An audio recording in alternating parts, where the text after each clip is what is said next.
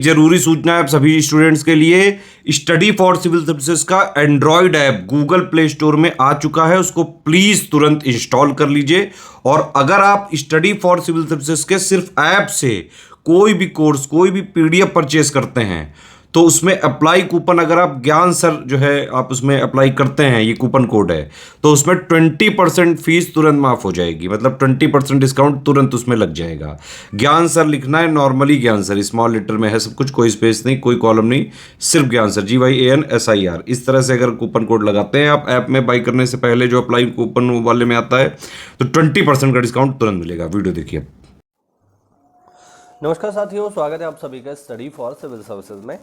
साथियों, अभी मैंने कुछ दिन पहले एक वीडियो बनाया था ASC को लेकर के। इलाहाबाद हाई कोर्ट में जो RO की वैकेंसी आती है उसको लेकर के मैंने एक वीडियो बनाया था। तो कुछ लोगों ने उस पर नीचे कमेंट किया कि सर इसका सिलेबस क्या है और डिटेल सिलेबस बेसिकली, और योग्यता, एसेंशियल क्वालिफिकेशंस वगैरह ये सब क्या है। तो इसके बारे में चलिए ये मैं आपको एक नोटिस दिखाता हूँ। ये जो नोटिस है साथियों, ये जो इससे पहले जो वैकेंसी आई थी 2021 में, ठीक है, उसका है।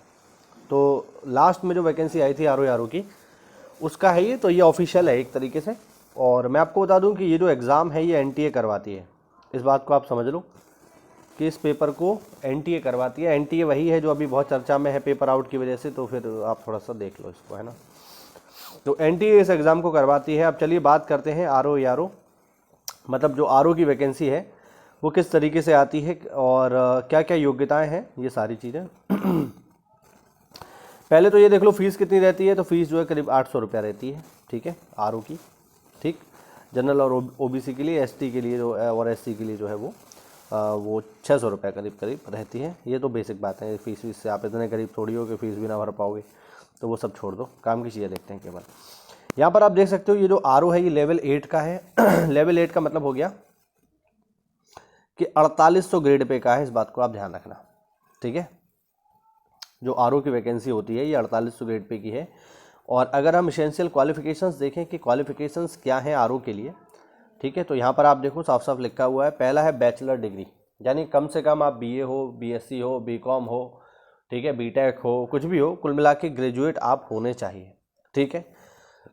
इसके अलावा आपके पास डिप्लोमा होना चाहिए कंप्यूटर साइंस में, ठीक है, किसी रिकॉग्नाइज्ड यूनिवर्सिटी से। अगर आपके पास डिप्लोमा नहीं है तो O लेवल भी चलेगा। देखिए और लिखा हुआ है तो O लेवल भी चल जाएगा।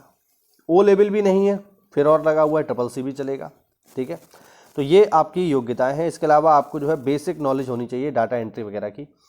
और इसके साथ साथ आपकी जो मिनिमम टाइपिंग स्पीड है ये भी होनी चाहिए, कितनी, 25 वर्ड प्रति मिनट। और मैं आपको बता दूँ जो टाइपिंग स्पीड है ये इंग्लिश की है, हिंदी की नहीं है, ठीक है।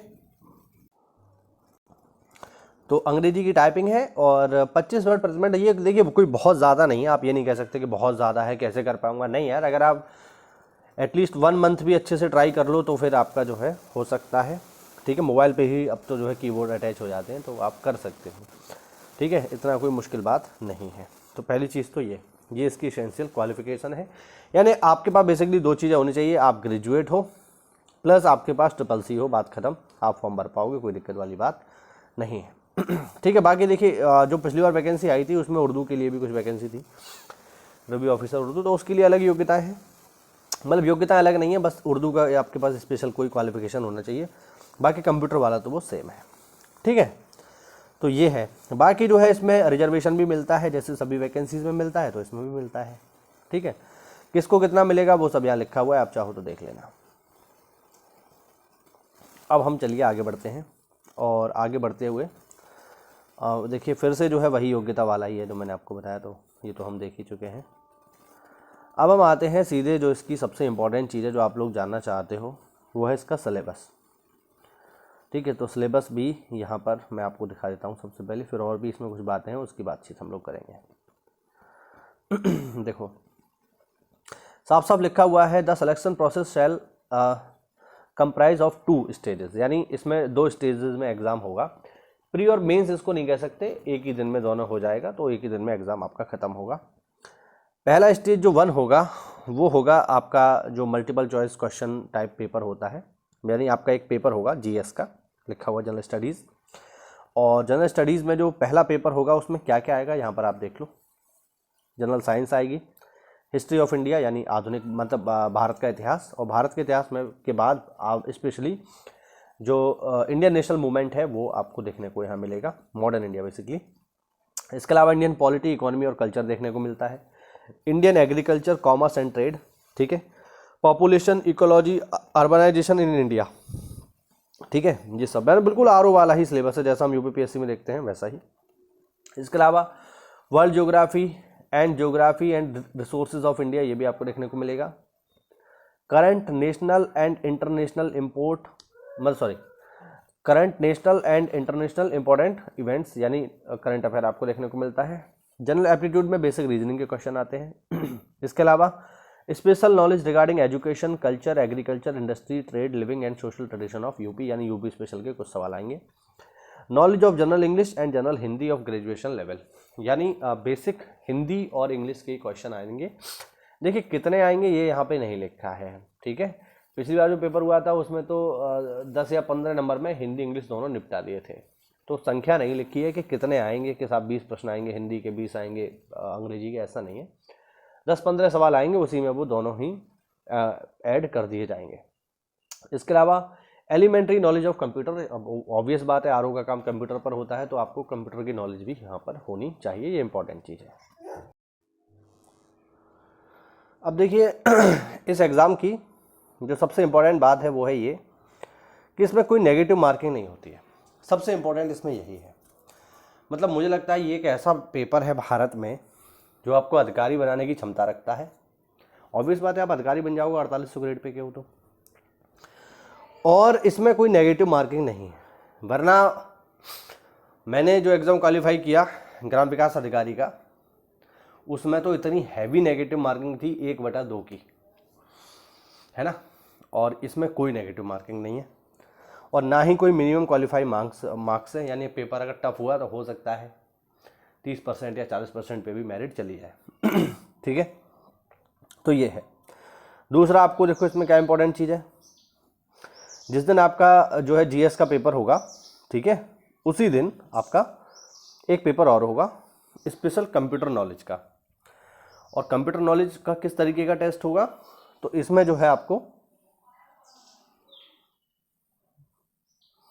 कंप्यूटर नॉलेज के टेस्ट में जो है आपको एक कॉपी ऑफ टेक्स्ट दिया जाएगा, यानी एक पन्ना दिया जाएगा जिसमें करीब करीब 500 वर्ड्स होंगे, वो भी इंग्लिश में, यानी एक तरीके का कोई ऑर्डर होगा, कोई आदेश होगा, और उसको आपको 20 मिनट में फॉर्मेट बना के उसका तैयार करना है, ठीक है, इस तरीके से है। तो आपको 500 वर्ड का एक फॉर्मेट दिया जाएगा, एक आदेश होगा, उस आदेश को आपको जो है तैयार करना है कंप्यूटर पे, 20 मिनट का इसके लिए आपको समय मिलेगा। और इसके अलग से जो है 50 नंबर होंगे, ये आपको ध्यान रखना है। बाकी जीएस की अगर हम बात करें तो जीएस के लिए जो अंक यहाँ पर जो सेट करे गए हैं वो हैं 200, ठीक है, और स्पेशली कंप्यूटर के लिए जो अंक हैं वो है 50। इसमें भी कोई नेगेटिव मार्किंग नहीं है, ठीक है।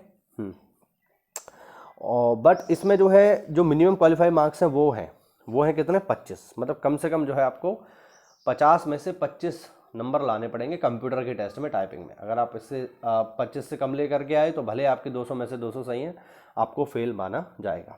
और ये दोनों ही पेपर जैसा कि मैंने बताया कि एक ही सिंगल शिफ्ट में हो जाएंगे, प्री और मेंस जैसा नहीं है कि आप प्री दे रहे हो फिर 4 महीने बाद मेंस दे रहे हो, नहीं। पहले जीएस का पेपर होगा, 15 मिनट का रेस्ट मिलेगा, और उसके बाद फिर आपका अगला जो है कंप्यूटर पर आपको देना होगा, जो आपका सेकंड स्टेज होगा। दोनों ही पेपर जो है ये कंप्यूटर पर होंगे, ये ध्यान रखना। सीबीटी है, ये कंप्यूटर बेस्ड टेस्ट हैं दोनों के दोनों, ठीक है, ऑफलाइन ये नहीं होंगे, ठीक है, कंप्यूटर पर ही आपको ये दोनों पेपर देने हैं, ठीक है। तो ये आपको ध्यान रखना है, ठीक।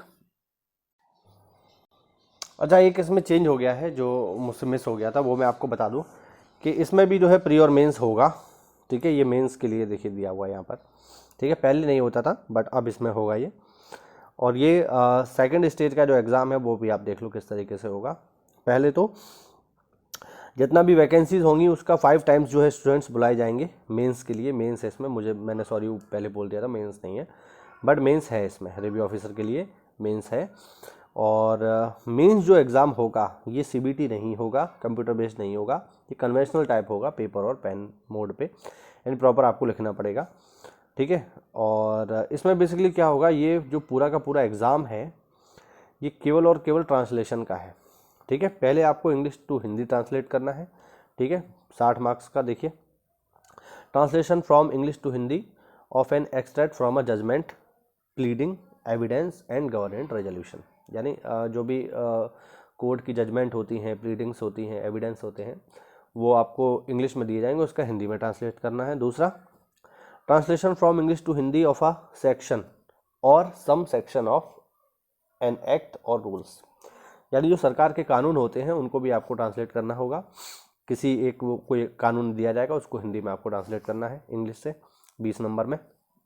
और तीसरा, explanation of a common expression, clichés ETC which might be met with in either of above legal term और मैक्सिम्स।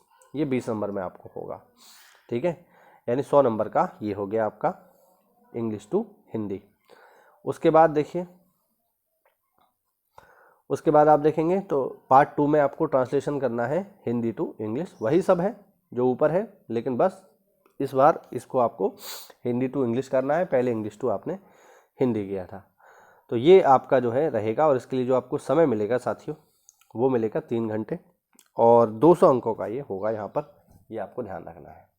यानी मेंस में ज़्यादा कुछ नहीं है, ना जीएस आएगा ना टाइपिंग होगी। मेंस में केवल ट्रांसलेशन का काम है, इंग्लिश टू हिंदी और हिंदी टू इंग्लिश। ठीक है, हाँ। तो टोटल जो मार्क्स आपके हो जाएंगे वो हो जाएंगे 450, 250 नंबर प्री के और 200 नंबर मेंस के। टोटल जो आपके 450 अंक हो जाएंगे, उन्हीं के आधार पर जो है आपकी मेरिट डिसाइड होगी। ठीक है, तो ये आपको जो है इस तरीके से आपका एग्ज़ाम होगा। जो लोग देख रहे हैं आरओ समीक्षा अधिकारी हाई कोर्ट के लिए, उनके लिए ये अच्छा अवसर है। अगर तैयारी करना चाहें तो कर सकते हैं। इसकी तैयारी हम भी करवाते हैं, कोई दिक्कत वाली बात नहीं है। ठीक है, बाकी और भी इसमें चीज़ें हैं। अगर आप कहोगे तो मैं इस पीडीएफ को अपने ग्रुप पर डाल दूंगा, जो हमारा टेलीग्राम ग्रुप है। ठीक है, उसका मैं लिंक नीचे दे देता हूँ, तो उसको आप कमेंट बॉक्स से ज्वाइन कर लेना। और इस पीडीएफ को प्राप्त करना चाहते हो तो वहाँ पर ये पीडीएफ आपको मिल जाएगी, सारी की सारी चीज़ें। ठीक है, तो अब इसका जो है पैटर्न चेंज हो चुका है। पहले इसमें मेंस नहीं होता था, बट अब मेंस इसमें है। तो ये इसका पूरा प्रोसीजर है। अगर आपका कोई सवाल हो तो आप कमेंट करके पूछ लेना। मिलते हैं अगली क्लास में। और इसकी आप तैयारी करना चाहते होगे तो हम इसकी तैयारी करवाते हैं प्रॉपर। ये कुछ दिए गए नंबर्स हैं जिन पर कॉल करके आप हमसे जुड़ सकते हैं।